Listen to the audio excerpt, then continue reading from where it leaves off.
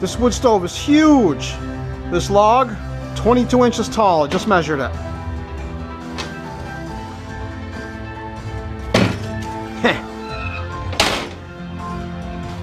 Alright, tonight I got these aerosol cans, these paint cans. My scrapyard won't take them like this because they still got pressure in them. They're still pressurized. And some of these still got paint in them too. And here's a good tip to drain aerosol out of the cans so the scrapyard will take them. All you gotta do is hold it upside down so the juice flows down bottom and cut here. Look at that. No paint on my tool. No paint in my hands. Put it like that. Now the scrapyard will take it. You know, throw it right in the pile. They know it's empty.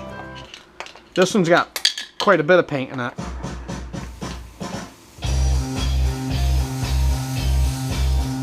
Look at that. Didn't it get any paint on me? Tiny bit on the tool. There, they can squeeze it. They can tell it's empty now. So at one time I went to the scrapyard.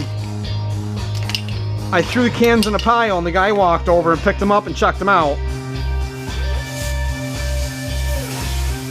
And he told me that I can't throw cans in a pile because they'll blow up when they crush them in the machine. Well, it's quite simple.